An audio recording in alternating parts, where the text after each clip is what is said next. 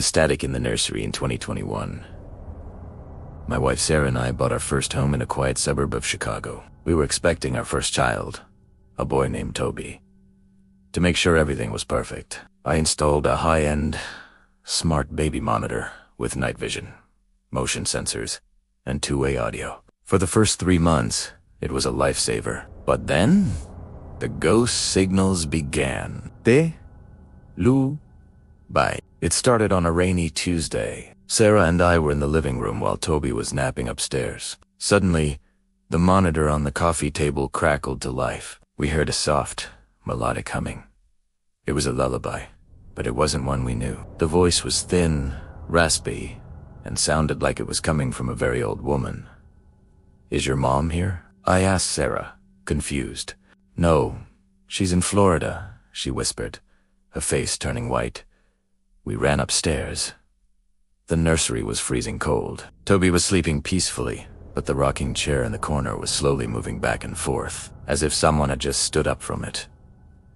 The room was empty. The figure on the screen. A week later, I was working late in my office when the motion alert popped up on my phone. I opened the app to check the nursery. The night vision showed the room in shades of grainy green. Toby was in his crib, but standing over him was a dark, blurred shape. It looked like a tall person wearing a heavy, hooded cloak. The figure wasn't moving.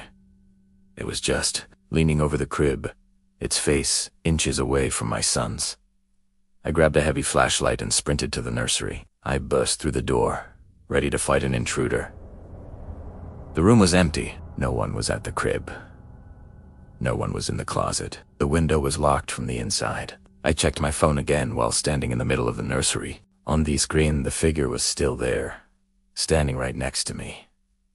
In the digital world, it was touching my shoulder. In the real world, I felt nothing but a sudden, sharp chill. The two-way audio, the most terrifying moment, happened a month before we moved out. Sarah was out with friends, and I was home alone with Toby. I was watching the monitor when I saw the signal light turn blue. This meant someone was using the two-way talk feature from another device. I checked my phone. I wasn't using it. I checked. Sarah's iPad was off. Then, a voice came through the monitor's speaker in the nursery. It wasn't the raspy old woman this time. It was my own voice. "Don't go in there, Mark," the monitor said in my exact tone and inflection. "Stay downstairs. You won't like what I'm doing to him." I didn't stay downstairs. I broke the door down. Toby was crying, his little face covered in red scratches. The air in the room felt like it was vibrating with pure hatred. The investigation, I called the police and the security company.